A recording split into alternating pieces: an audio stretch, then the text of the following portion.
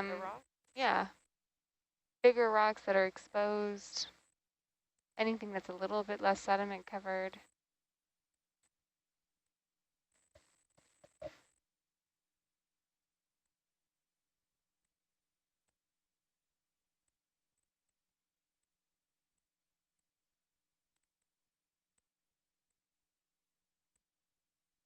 I'm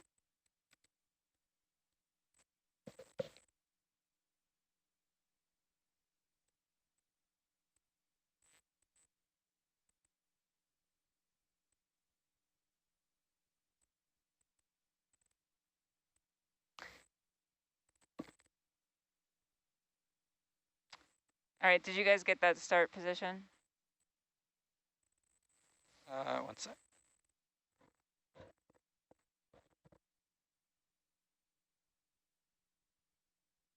Kira, did you get the start position for transect 1? Yes, thank you. Okay. Bridge nav, another step, same bearing.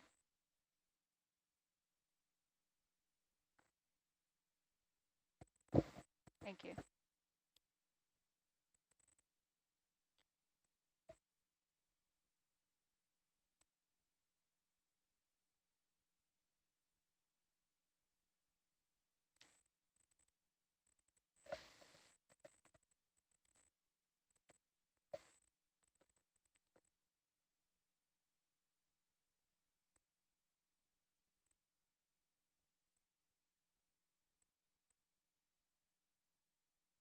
Still seeing a lot of those brittle stars and those white sponges. Looks like most of them are on the downslope side of those rocks.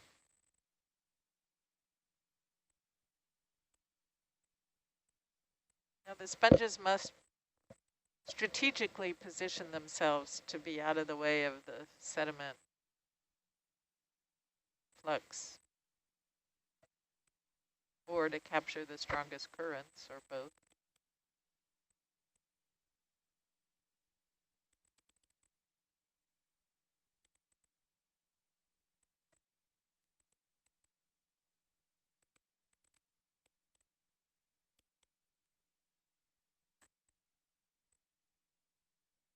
Yeah, interestingly, that would be a good It did. formation environment for the crusts of interest too. So they definitely both like sticking out regions with lower sedimentation.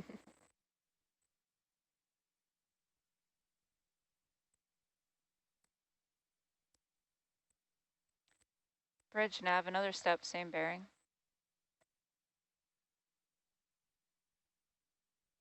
Yep.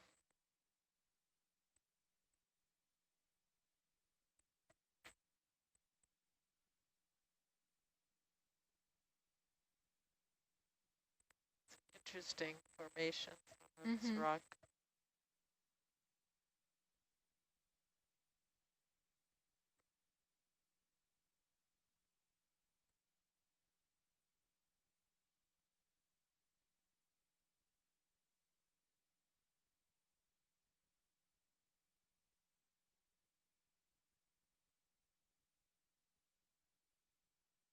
I suppose during transect is an okay time to do a shift change.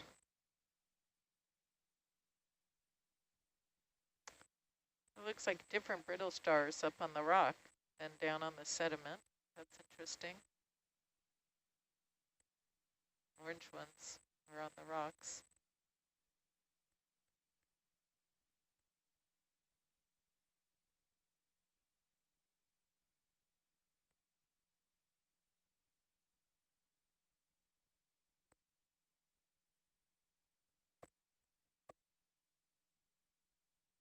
So for those tuning in, we decided to do a 100-meter transect along the steepest part of this ridge before we go up over and onto what's probably a sediment plain. Yeah, we're very curious to get to this small hill or feature that it's shallower from here, but we decided it would be good to try to look at the rocks and associated biology at this deep depth before we start climbing towards depths that we've we've been in before, closer to 1,100 meters. And are we more likely to find phosphorite on these steeper slopes? Is that why we're No, particularly? we're looking for ferromanganese. Ferromanganese, here. that's right. Yeah. There is likely phosphorite over shallower, closer to 600 or 700 meters. There's a white Galathea I get from Greg, crab. Yep. Well done. which is a crab. A Galatheid crab. Video's checking out. They're anamurans. We're on a transect. Is it maybe time for a shift change?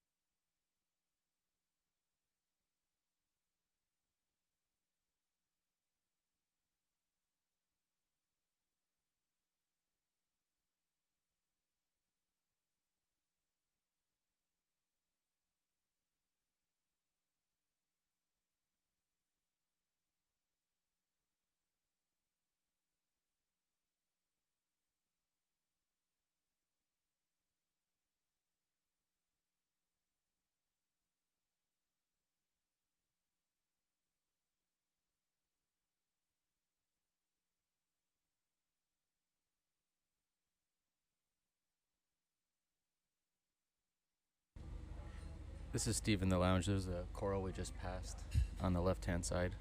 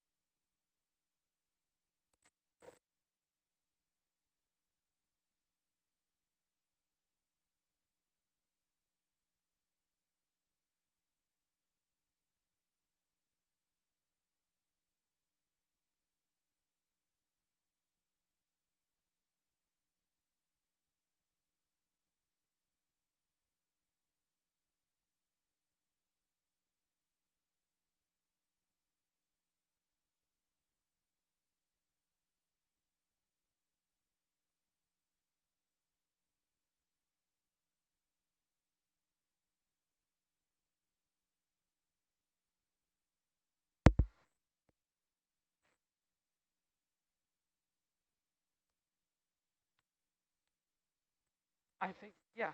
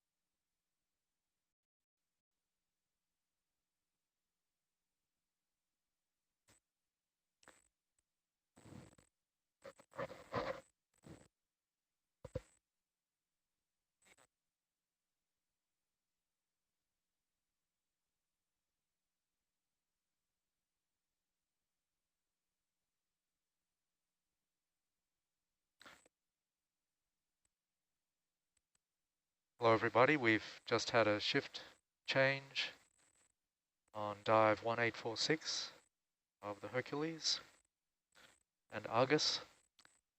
And we have a new pilot, navigator, video crew with Rene on nav, Jessica pilot, Jake piloting Argus, and Jonathan running the video.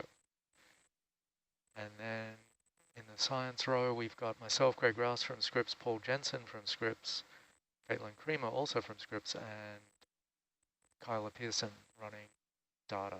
And Paul and I will be, all four of us will be running commentary on this run up the San Clemente escarpment. We're currently at about 1,680 meters, finishing a transect. And then we'll probably do a bit of rock collecting. We've got a bit to do. There were a few delays this morning, so we've got quite a task list ahead of us in the next 4 hours. Jessica and Jake are going to be busy. Oh, yeah. Sounds good. All right, that should be good as far as upslope. We'll be safe there. Reg. And we're moving 120. 120. Ship is just starting to move, so Argus will take a second. Just confirming, are we going along transect number 2 right now? I have it as transect 1. I have it as 1. Let me just double check to see if we got any more. Yeah, looks like the first. Yeah, Just the first transect? I just have it as 1. Yeah. Right. Devin confirmed that we're on transect 1 right now. Copy. Okay, sounds good. Does anyone have the time at which we started that transect? I've got 2 different times. 1953. Beautiful. Thank you. Yep, that's what I have.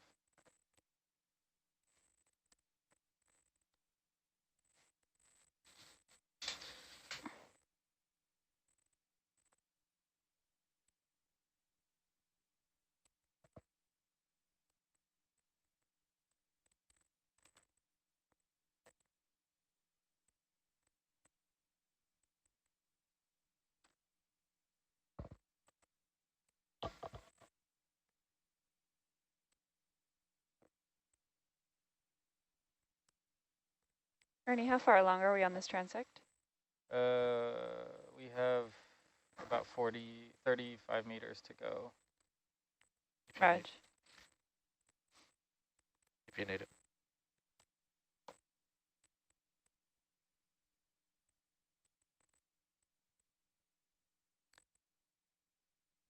Some large pinky purple synallactid sea cucumbers there. They're always trouble when we bring those up. They have a very collagenous body and it really seems to disassociate on the way up. So they look magnificent on the bottom, but unfortunately they turn into basically pink slime by the time they get to the surface.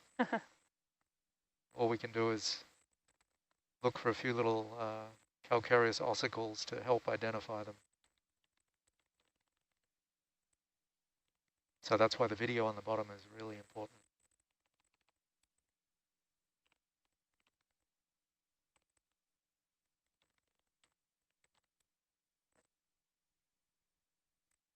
I'll just zoom out a little bit on HYPACK while we're on this transect. We can kind of get a context of where we are and where we're going. So we're pretty much still at the base of this slope here. We're meant to go over this kind of mound on the way up that has a steeper slope associated with it. And it is a feature just kind of sticking out of the general upward slope. Yeah, I hope we can get there. Yeah, so after this, if you want to head straight up the slope. Well, we want to get a rock. We've been Roger asked to get a rock here, and then we will head straight for the feature. Roger that. Over the sediment, though, on the way we might do a core or however many we have left if there's sediment on the way. Sure thing. Before we really head up that slope. Sounds good. Roger that. So as soon as we're done this transect, I can hold the ship and we'll pick up a rock. Yeah, we'll pick up a rock, at least one rock.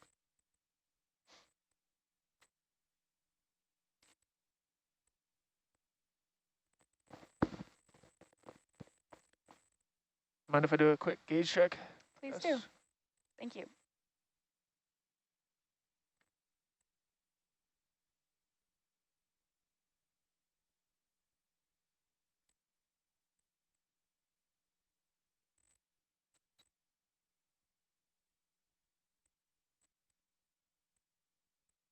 Thanks, Jake. It's a little unusual for us. We've done a lateral transect at a relatively constant depth. Normally we do our transects upslope. But, we wanted to characterize this little level because we've got a rise coming up and then a flat sedimented area before we'll hit into another steep slope. So we've got a bit of interesting terrain coming up for you to look at for the next 4 hours.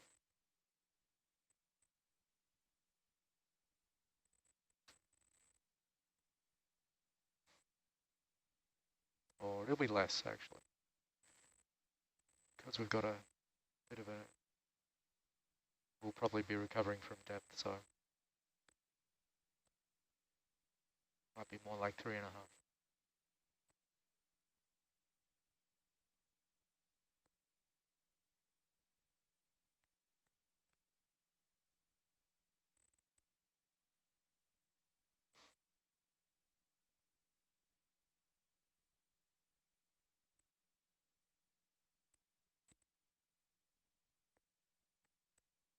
So if you haven't joined us on our previous dives, we are doing a survey of various sites here in Southern California that are thought to be relatively mineral rich with incrustations or transformations of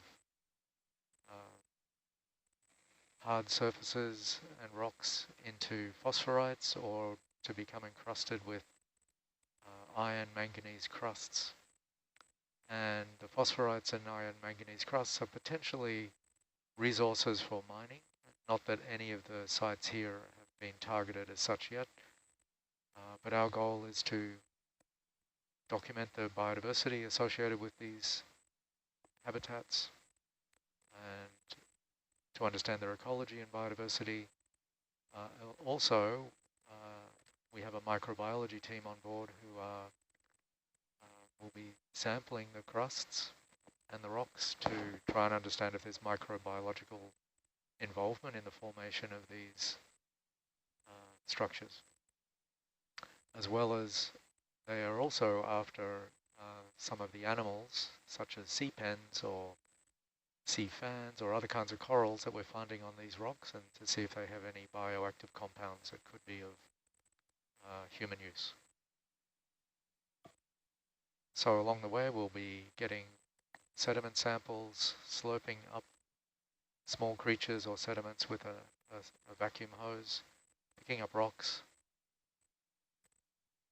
and potentially even picking up individual specimens. And all of those get stowed on board the Hercules and Okay, that's the end of transect. brought to the surface for us to study in the lab.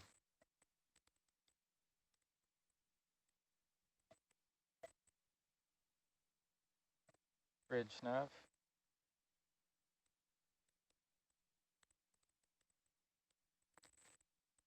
You can hold position.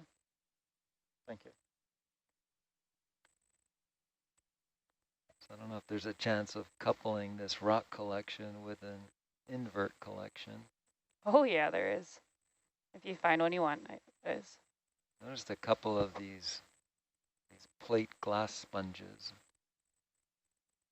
on this transect. I don't see any now. Is this a sponge coming up? That looks like a...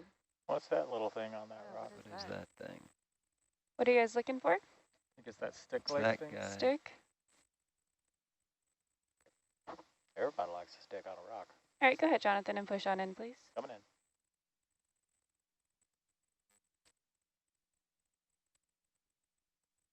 in. It's a stalked barnacle. Wow. Or actually it's stalked barnacles attached to four stalked barnacles attached to maybe a dead coral with a brittle star hanging off it. Wow, interesting. And even some serpulid worms with the white calcareous tubes there, and the last white little thing, I'm not quite sure what that is. Not too valuable for you, Paul, but useful for us.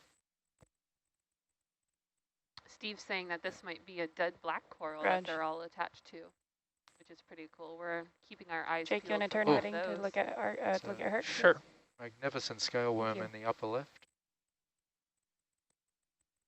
Oh, look at that. Wow. Seems like you guys want a collection here, don't you?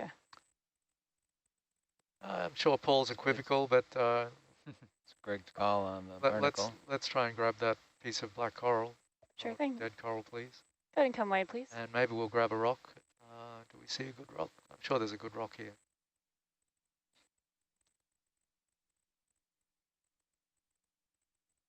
Fortunately, the rock the dead coral on is too big to pick up.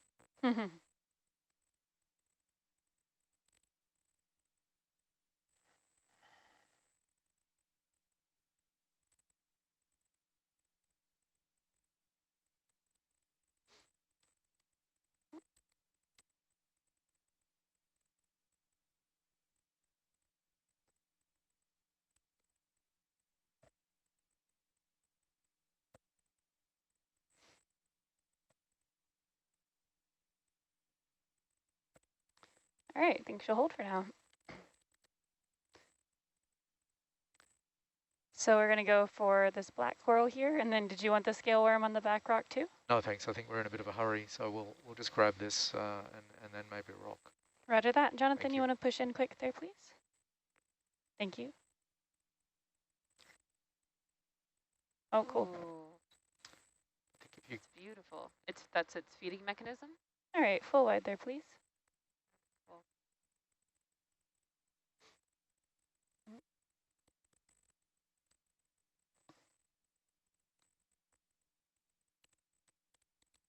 these are stalked or Thanks, Jake. pedunculate or goose barnacles. And if you live in California, you might be familiar with these along the seashore, but otherwise people might tend to see them when pieces of driftwood or something else washes ashore.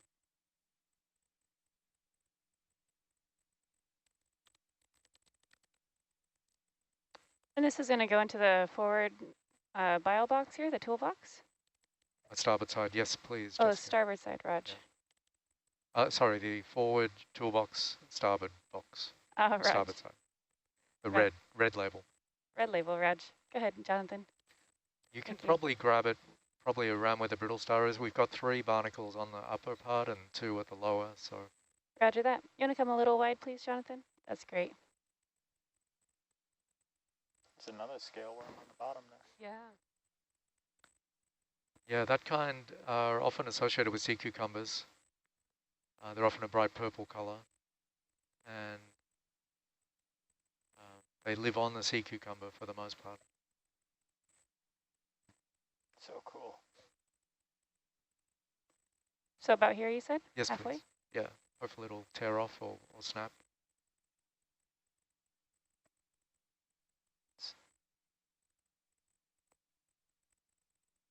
All right.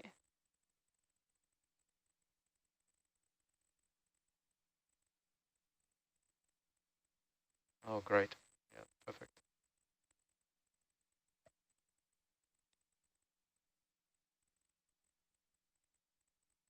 Oh, All right. perfect. Yeah, well done. Very Good nice job. grab. Full wide there, Jonathan.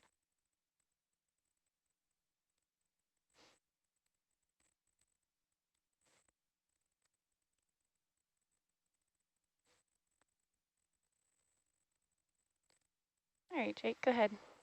Coming out. Roger that.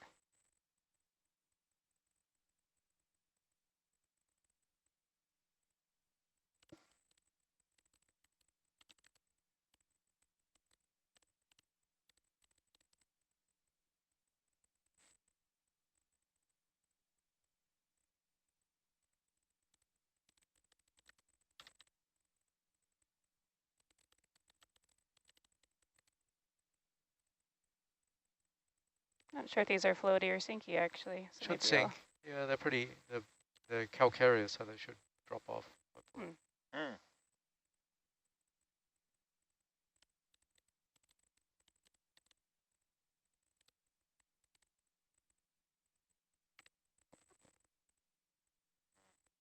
Starting to go.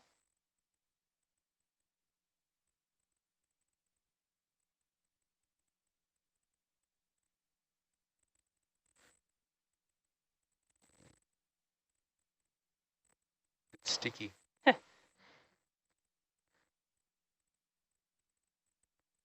All right, let's try this.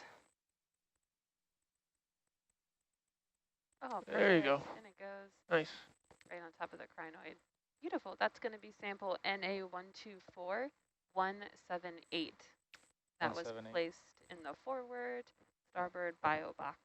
Number Copy. 5, red. And then you said a rock here as well? Yes, please. Maybe the one,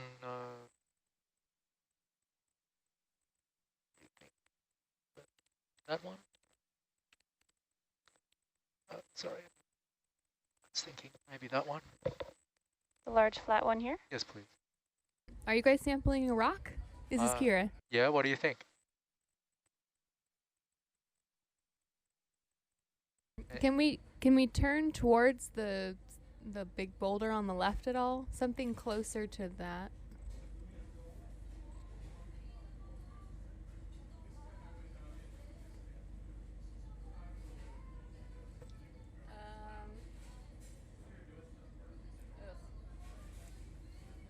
You seeing anything there, Kira?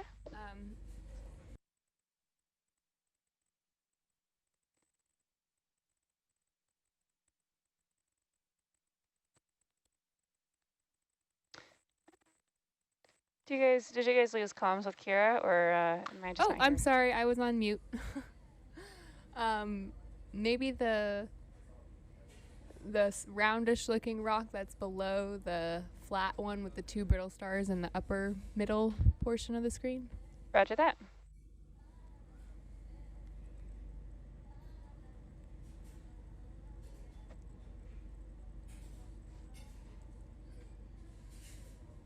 Go ahead, Jonathan. That's great there.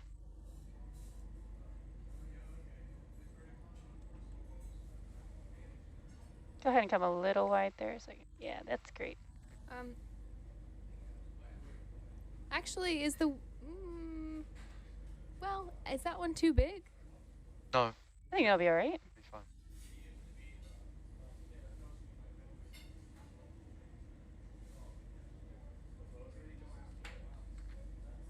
Oops, there's a guy behind it. I think that was just a shadow.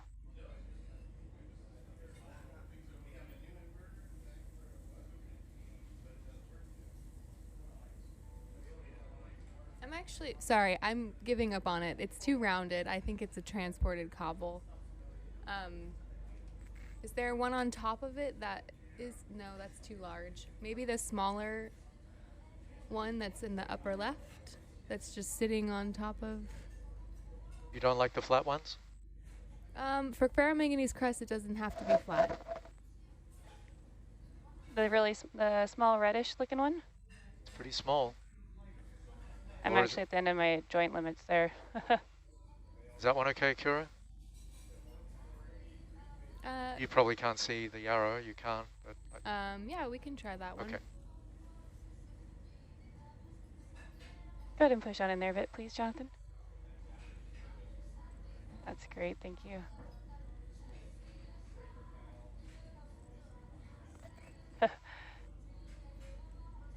They're very much so outside of my joint limits. Do you want me to move the vehicle? I could try getting this. It might be. The one in front would be okay. Yeah, let's try that one. Oops.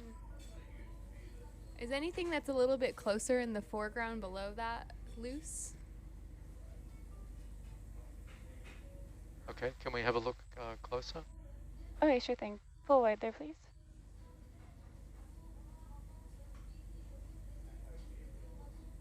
In that same region on the left, just in front of the vehicle, and what we can see.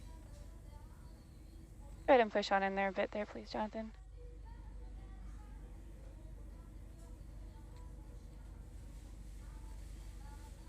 The one with the sea cucumber on it? Oh, it's really big. If you go down a little bit more, what about this one? One with the orange thing on it, Kira, does that look okay? We could try it. Roger that. Go ahead and come a little wide there, please.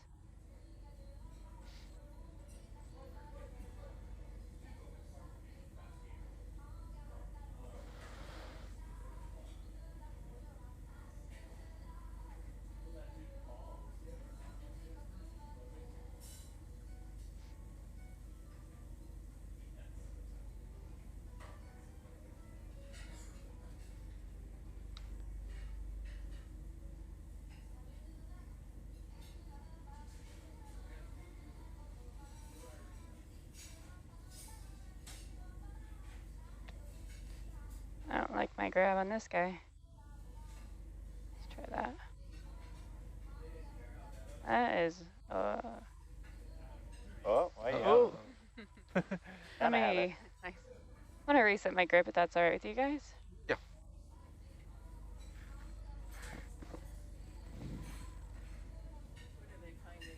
Nothing. I don't know. They don't. I think we can't take it if it's fallen. Okay, she doesn't like it now. Let's move. What about the one right in front of it? Yeah, let's see how that works. Kira? It's much bigger. It might have to go in the forward box, but Need a point to it? This guy here? yes, please.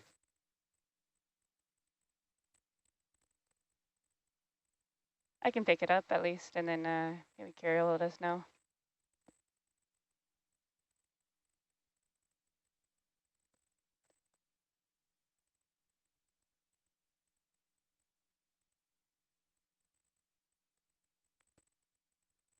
I like it. Yeah, it looks interesting as long as it'll fit. Lisa's worried it's a little big, but maybe not. We've got a forward box it would fit into, I think. Oh, you got a bonus. Two? Got Two rocks. Two You got 2 on it, yeah. Bonus rock. Do you think it's stuck to it or you've grabbed it? Yeah, I grabbed it. Yeah. Grabbed it. Lisa, there are 2 rocks in the one grab. We can't take 2. Doesn't want to. And you can't put it down. You can't drop it. Okay. It could be possible to set it gently, maybe? Predicament. Should I try setting it down gently, or will that mess anything up for you guys? I think Gentle's okay. Gentle, Raj.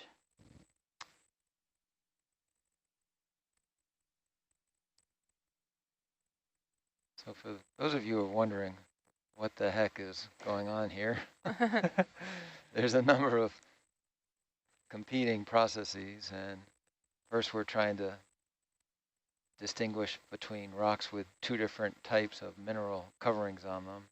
We've gotten a lot of phosphorites on this trip. We haven't gotten a lot of ferromanganese crusts, and it's not so easy to distinguish them without really scraping the surface and taking a closer look. So that's part of the guessing game, guided by Kira, our geologist. All right, we happy with this guy?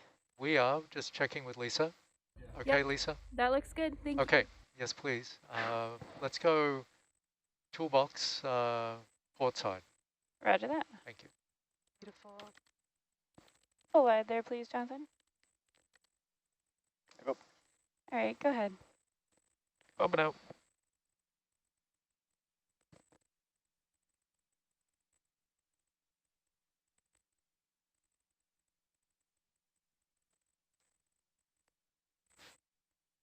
This is rock 2. This is going to be rock number 2, and this is sample number NA124-179.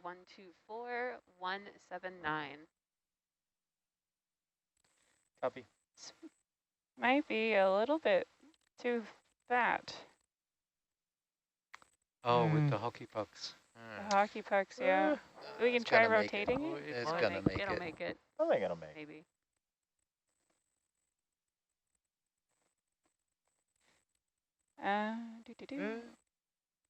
Well, I suppose if it doesn't go, we got an easy grab on it. So Oh, it's fitting. I think it'll fit. Yeah. Yeah. Very nice. Awesome. Yay. Fantastic.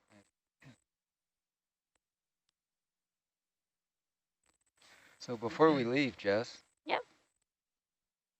I wouldn't mind. We have one slurp with the ultrafine mesh. Oh, yeah. We can take care of that one right here. Sure thing.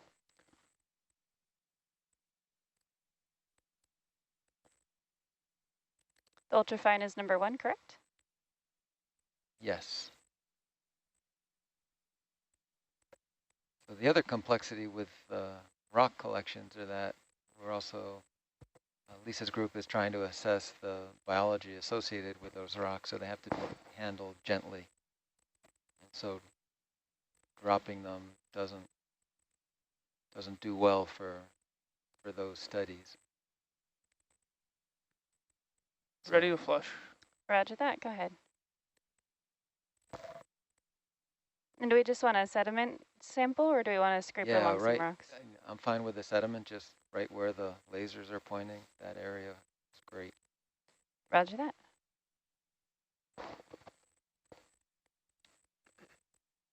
Okay. So generally we use the push cores to collect sediments, Jonathan, go ahead and push on in here, please. but we've modified one of the slurp buckets with a finer mesh filter on it to help retain some of these surface All right, sediments. Jake, go ahead.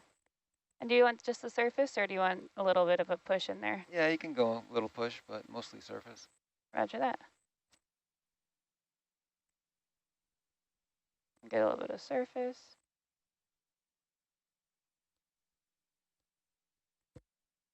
Just for confirmation, this is going to be sample NA124-180, going into slurp jar number 1. Copy.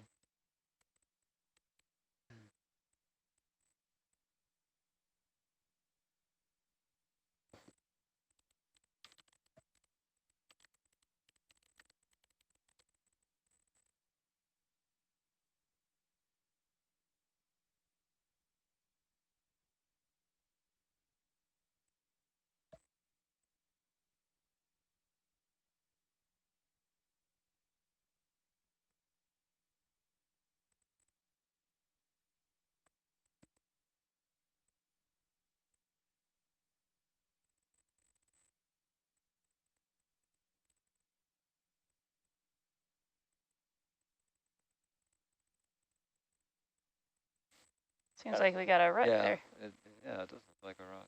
Make Kira happy. That should be plenty. Roger that. Thank you. We can go ahead and let it go. Yeah. Yeah, thank you. Make sure we get everything through. Yeah, exactly. Thank you. And come full wide there, please, Jonathan. Thank you.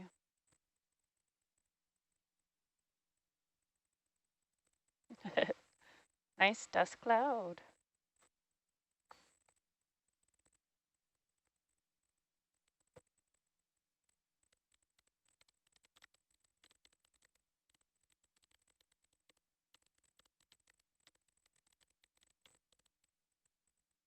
Look at all those glorious microbes.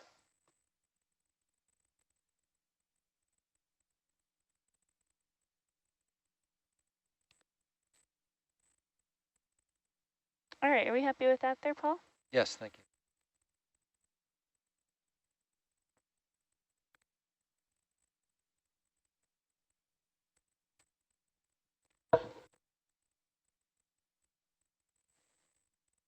Okay, do we want to, once we get all finished up here, do we want to head upslope towards this mound? Yes, so thank you, Renee. Sure. And why don't we actually make it a transect? Sure thing. Knock another one out. We Yep. might stop if we see something interesting, but Yep. let's get this one knocked off.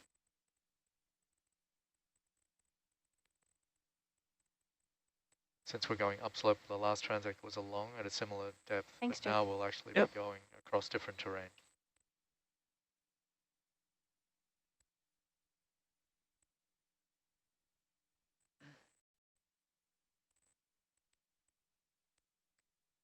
And scheduling wise, it looks like probably the depths that we'll be getting to will have to come off bottom at 1515. 1515, okay. To be adjusted as we see how far we get. Okay. Jess will be going 050. 050, Raj. And then we can start a transect whenever we start moving up. Raj. So less than 3 hours. 050. Jake, you want to bring your heading to 050, please? I'll call that 050. in because it'll take a second. Sure Bridge thing, nav. Renee.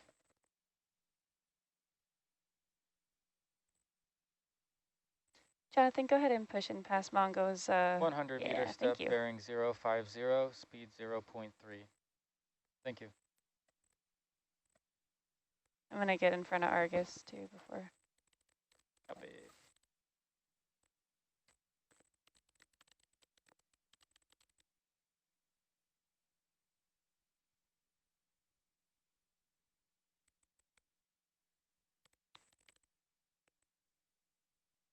Just confirming, have we started transect number 2? I might have missed that. Negative, have not Not started yet. yet. Okay, sounds great. Thanks.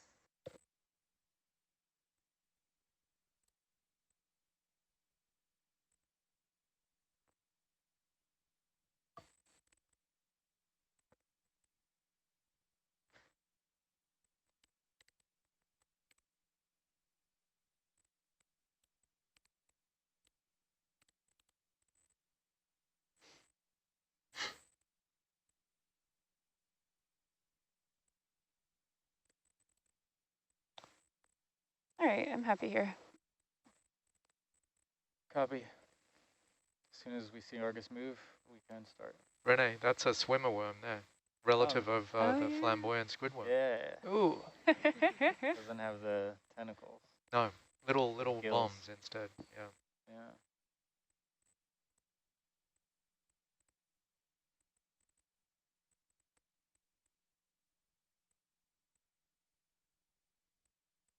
Yeah, there's kind of translucent filaments that they use. Really, really cool up close. Yeah, they're chitinous protein bristles. Mm. So they're very flexible, give them a good purchase for swimming and even when they're on the bottom.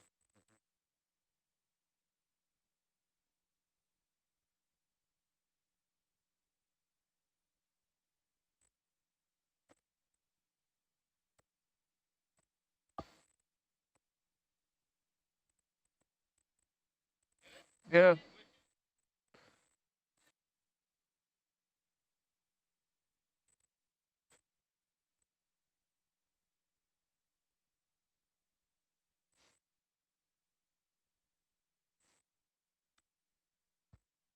All right, I'll start moving ahead now. Copy that. We'll say this is the start of transect. Got it.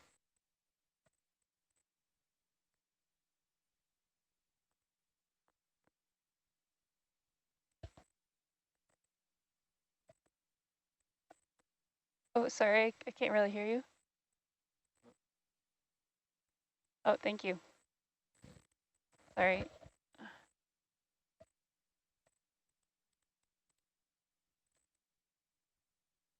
I'll be your assistant today, your microphone assistant. You guys are all helping me out with my headset today. On the fly turnover. Yeah.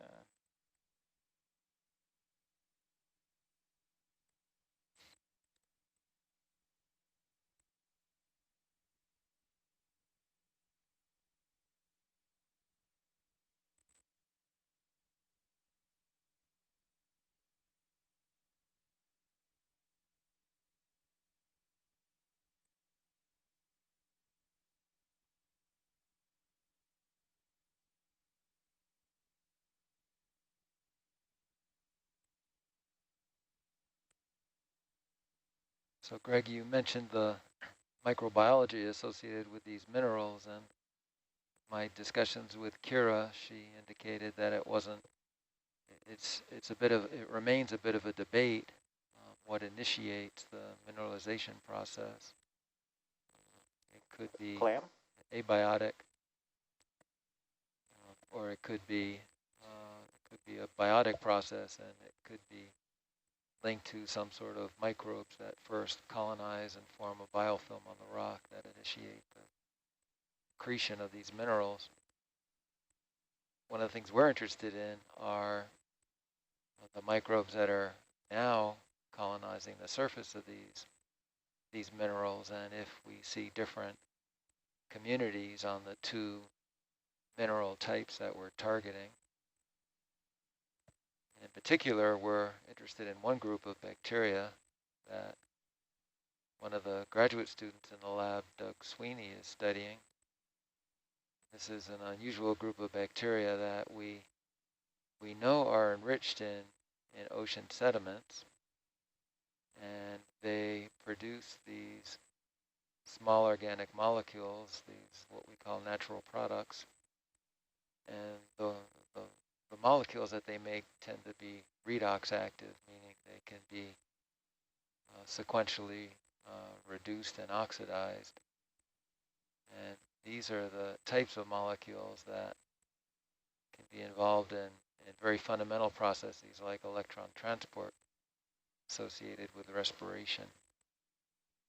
So one of Doug's hypotheses is that these bacteria may be using these small molecules to transfer electrons away from their cells to an external electron acceptor, which would be these mineral-rich crusts. And if these are aerobic bacteria, so they like when there's oxygen around, but we know that these environments are low in oxygen and the oxygen levels can fluctuate. So one idea is that when there isn't, there's our first DDT drum. Oh gosh. What is that leaking? Wow. It's a drum. The reddish? That's no good. No. So just to finish that thought, one idea is that when there isn't a lot of oxygen around, these bacteria are producing these molecules to get rid of electrons that are a byproduct of respiration and transfer them to these mineral surfaces. And we're interested in understanding if that's actually occurring, but also it turns out that some of these molecules also have antibiotic properties. And so we're interested in studying them from that perspective as well. And just a shout out there's a master's student in our lab who's also been looking at these molecules that could be involved in electron shuttling, Fisher Price, and he's giving a talk today that unfortunately both Paul and I and Gabe in the lab will unable to attend, so shout out to Fisher. Thanks, Jake. Yeah, big moment for Fisher, the long anticipated SIO 262 presentation. Good luck, Fisher. We'll be thinking about you.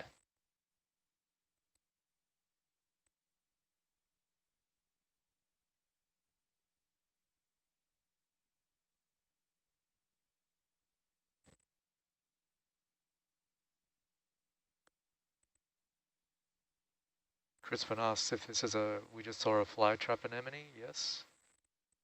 Actinoscyphia. Can try and spell that, Kyla? Actinoscyphia. With a PH.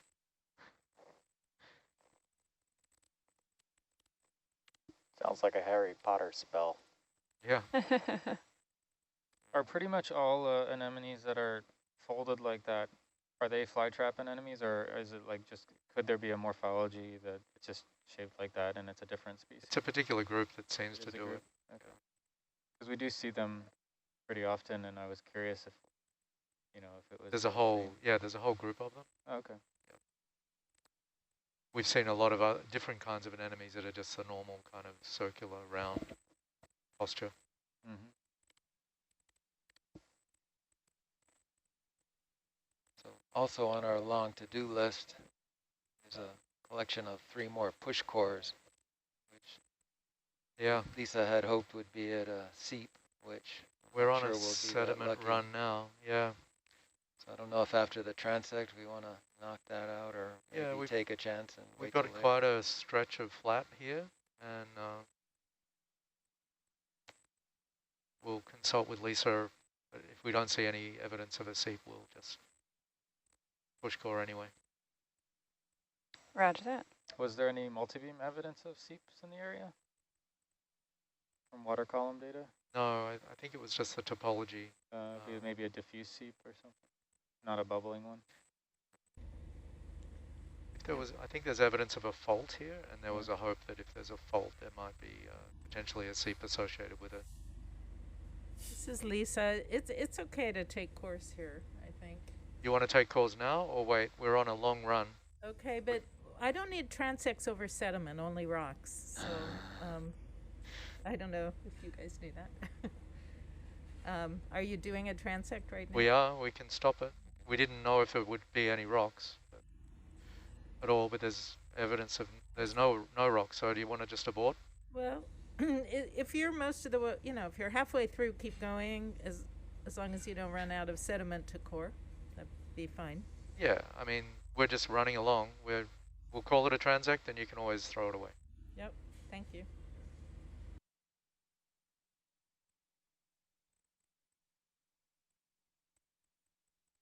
A little more than halfway done. Okay. Once we're done, I think we will stop and take the course. Copy that.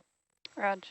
So Greg, early on our watch, we saw a couple of these translucent, what looked to me like almost a salp or a pelagic ascidian swimming by. You could see the internal organs. Did you get a look at those and know what those were? Yeah, that is a sea cucumber, not a salp or ascidian. You could see the loop of sediment that is their gut. There is one unusual sea cucumber that's permanently pelagic, or it may occasionally drop to the seafloor. But there are these others that we often see on the seafloor, and then if they don't like the sediment that they're on, they'll take off and flap up into the water column, and then they often become neutrally buoyant and float around for quite a while before settling down. And they're often translucent, or they can get very large and be purple when they're adults, and their name is Enypniastes exigua. It's another one you can try and spell, Kyla. Enypniastes with Enypniastes. We'll see them quite a bit. But their more memorable name is the headless chickenfish. Headless chicken? That is more memorable. Sounds like a new favorite deep sea organism. Yeah, they are the favorite of some people. Yeah. They're very common, often seen.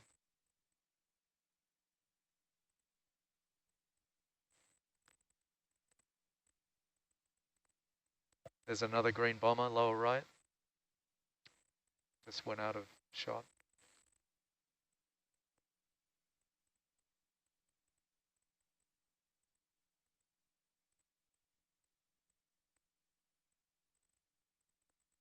A lot of these little fancy worms.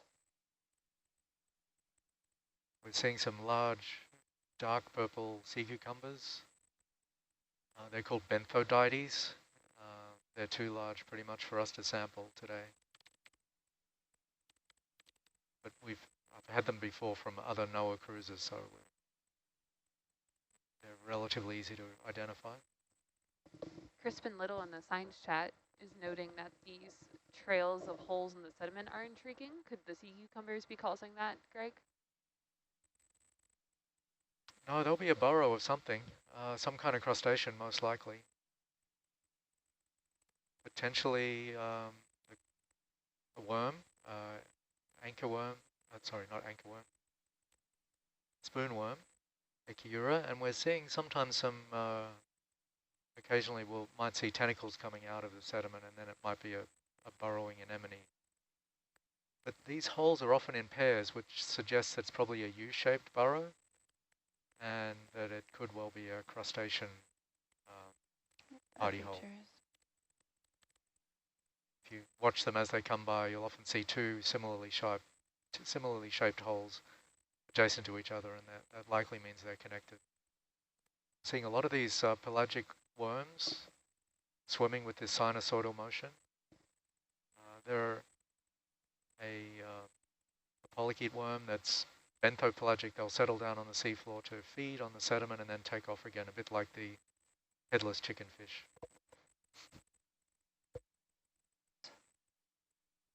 Here's one coming along now. Oh, look at that. They've got a great defense mechanism, which their gills have become modified to be little bombs that they can shed like a gecko's tail, but when they're attached, they don't have any color, but when they drop, well, they're green. When they drop, they glow a bright green.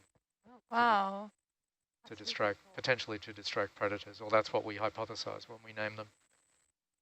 Is that done by a symbiont, the glowing, or? Not known, actually. We haven't figured out the glowing mechanism. It's likely a luciferin-luciferase process. Oh, there's a bunch of them here. We named a bunch of bombers from Monterey and up off Oregon, so it's likely a known species, but we don't have the time to slurp one up to check.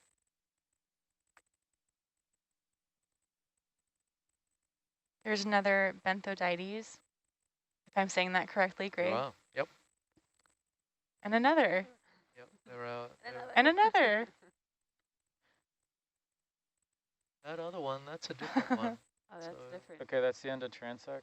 Beautiful. Thank you. And we're just trying to interrogate this target on sonar that we have. That's pretty big, right? Yeah, very big. Yeah. Switch over to sat feed 3.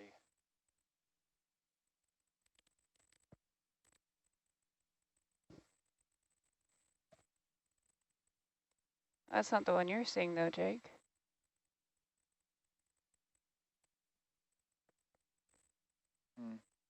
That's the one you're seeing. We're about, Yeah, it might. I'm about 25 meters behind you, I think. Why don't you go face it, see what happens. Yeah. Yeah, it's pretty tall. Wow. Big rock feature here. I'm going to bring my heading just a little to the left. Roger that. Interesting. Oh, Yeah. unfortunately, it didn't make the transect. Wow. Yeah, but we have some opportunities here. What do you like, Okay. Paul? Entire rock. Yeah, so can we take a look in this area at these couple of sponges? Because, Sure thing. please. Is that another Another- crinoid too? Here, also. Yeah. Giant one. Yes, it's a dark crinoid there. Ooh. I did stop the ship. I'll wait till we settle and I'll get towards you. Reg, thank you. No corals, though, it seems. Yeah, but we've been looking for this plate sponge. Okay. Oh. We made a small collection of it by accident one of the first days when we were collecting one of the mushroom coil. Go ahead and push on in there a bit corals. there, please, Jonathan. That's Yeah, great. that's it. Perfect. Oh my goodness. I love the Argus view right now too. Yeah. It's cool, yeah.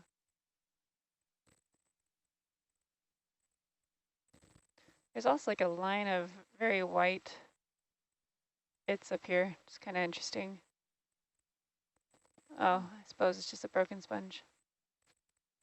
Okay, go ahead and come full wide there.